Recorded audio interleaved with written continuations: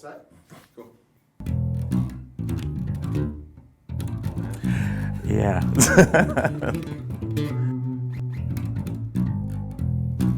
What elements of knowing your instrument, or what are the most important elements of that you think any up-and-coming bass player really needs to learn in order to be successful?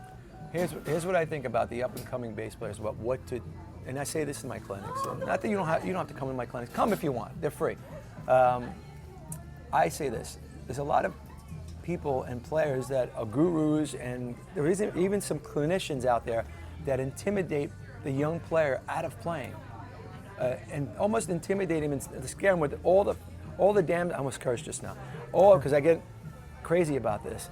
All these crazy scales, they show everything they know that they've learned all these years in these first 2 minutes and scare the hell out of it. I look at these players in the audience, I can't do that, I can't do that. Is that what you want to do?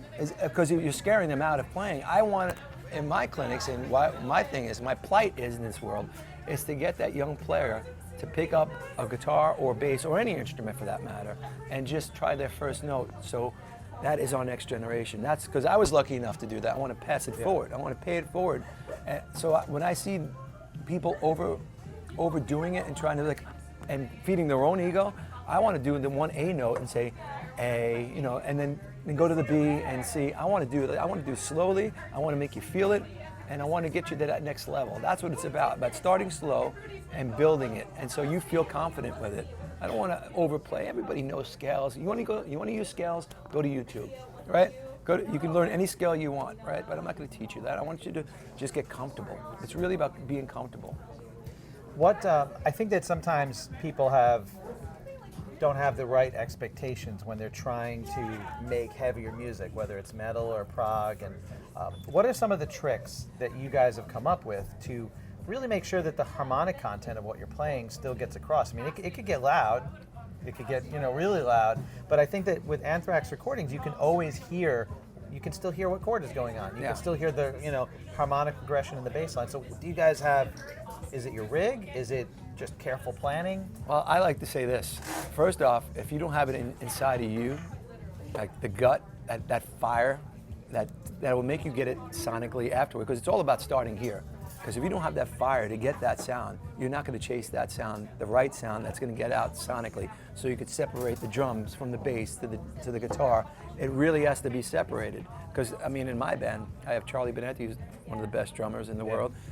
Have the big bass drums that are always really full, and have Scott Ian playing guitar, rhythm guitar. So I'm surrounded by this wall of bigness. Yeah. So I have to cut through the middle, and bass should be the biggest thing normally in rock and roll. Yeah. But no, I have to cut through the middle, and with the tone, that has to cut right through those big bass drums and that big guitar sound. So I have to have a sound that has right in the middle, but not lose that low end. There's the trick. Yeah. There's the trick. So you really, sonically, that's every record. That's every record you have to do that. And we're lucky enough to have a great producer like Jay Rustin who makes it really easy. But that is the trick. But it's got to start here. You have to want to go that route. And you can't just phone it in. You can't phone anything in. Phoning in is bullshit. You can't do that. Sorry about the cursing. I'm not supposed to. I noticed a lot of what you're saying on You Gotta Believe. Like you guys, that song, it's like a halftime feel. Yeah. But the gallop is unbelievably fast in between that halftime. So, you have Charlie just kind of giving you and your guitarist so much space to work in. Yeah. And you're playing, that's riffs that would normally you'd think of, most people would think of as guitar riffs, but on the bass. Yeah, I like to stick and move. I call it stick and move with Anthrax. With his riffing, Scott's such a great intricate player. We have Charlie doing his intricate drumming. He's intricate on top. I like to stick and move. I'll come in for a bit on the riff, and then I'll tail off into either a fatness, a fullness, or whole notes and maybe half notes, and then I'll just do like a tasty melody somewhere, like a bass fill where I've learned from Geezer Butler and Geddy Lee and Steve Harris, the stuff I grew up on. Well, it has to make sense and it'll add something to the song. But I never want to stay the same just following the riff all the time. I like to diversify. I think it's important. We talked a little bit about some of the developments in the music business, and I think a lot of people have talked ad nauseum about the negative direction that a lot of part of it might be going. What do you think is the future of it, though? Give us a positive outlook? I think people have to have music in their lives because it's a way of living. It's a way of just dealing with life. That's the good thing. The business of, and we love music. We all love music. I think the business is a joke because they still haven't figured it all out. But I think there is a day that will happen. I don't know when, but they haven't figured out where it could make money again. Because all the money now, let's face it, is in touring. It's in merchandise.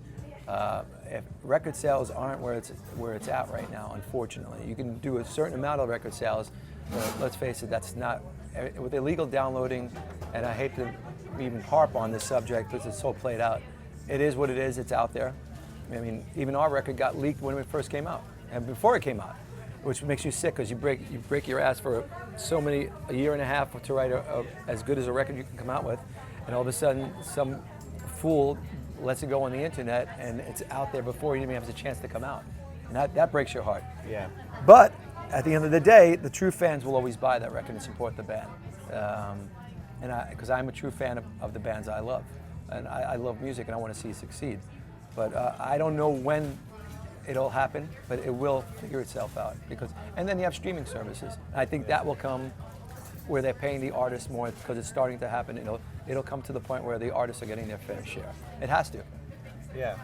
It's interesting how it's kind of flip-flop because, you remember buying the $10, $15 concert ticket, back in the day, and yeah. The recording made more money, and now we're kind of flip-flopping. But for me, I mean, maybe, and here is me going back to the days of vinyl.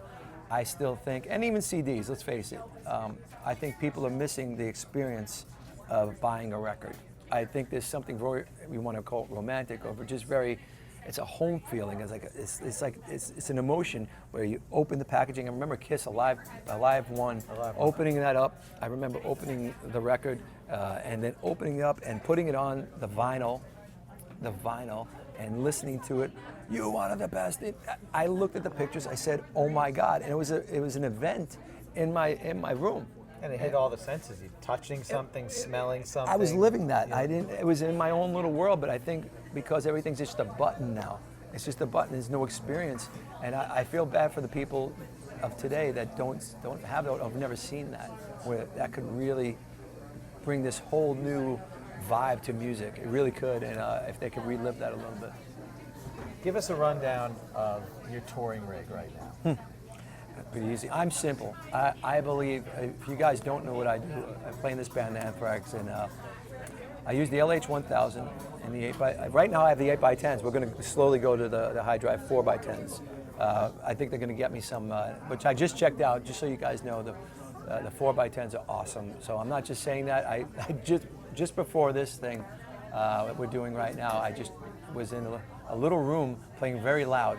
Yeah, I thought I was in the next room and I could feel it, and I thought it was an earthquake. Yeah, I was very proud of that. So they can handle it, to say the least. I wasn't sure about what to expect, but I was pleasantly surprised, and surprised enough where I said I gave it a go. Let's get them going for the tour. So we're going to put them on order. So I'm very excited to check them out on the road. So and it's just exactly what you expect. For me, my rig is as simple as possible. That's what I want. That's what I grew up on. I want to plug in and go out there and play, and that's what it should be. For me, I don't want a lot of buttons. Who wants to deal with buttons? Buttons are annoying. I want as few buttons as you can. Get your sound and go out there and play, and that's what the LH1000 does for me. And that's what Hartke. They listen. I bug them a lot. Sorry, Ira. I do bug them a lot. I definitely make my voice heard over there, and hopefully they listen to me about that next thing we're doing. I think the future is bright. Awesome. What's your favorite new piece of tech? And it doesn't have to be, straight up something in your rig, but that's helping you on the road or just as a musician in general. The iPhone. And I hate to say it, as stupid as that sounds, or just a phone recording to record a riff, to record a melody in your room. You know what I mean? It's so simple. I record even if I have a stupid thing and I'm sleeping, I wake up with an idea, I put it right on there for a song, whatever it is, and it's right there. So I think that accessibility has become, that's my thing. And just, then I can get a guitar and put that on. I can go right to GarageBand or whatever I want to do at that point, whatever app. I think that's really important. I think that's a great advancement towards songwriting and just the next level of music. Awesome. So, Frank, what's going on in the fall for you guys? Oh, can you just wait on that? 'Cause I'll take one bite. Pie. Pie. Well, pie's going on right now. Pie's going on. No, Anthrax. We're actually off for the first time as we speak here in Long Island. This is the first time Anthrax has had 3 months off. I can't even remember that. I know it's been 2.5 to 3 years, but it's family time. We need a little family time to get back to our families and hang out and be married and have say hello to our kids for a little bit, and then we start in October. October, South America. Okay.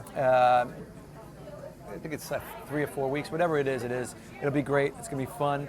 And then, from what I just heard yesterday, we're starting again in January with a tour that everybody's gonna be happy with. So, some good touring coming up. And look, let's face it. This lifestyle is all about touring. That's what we do. So we're a busy band, and we're a blue collar band that likes to work.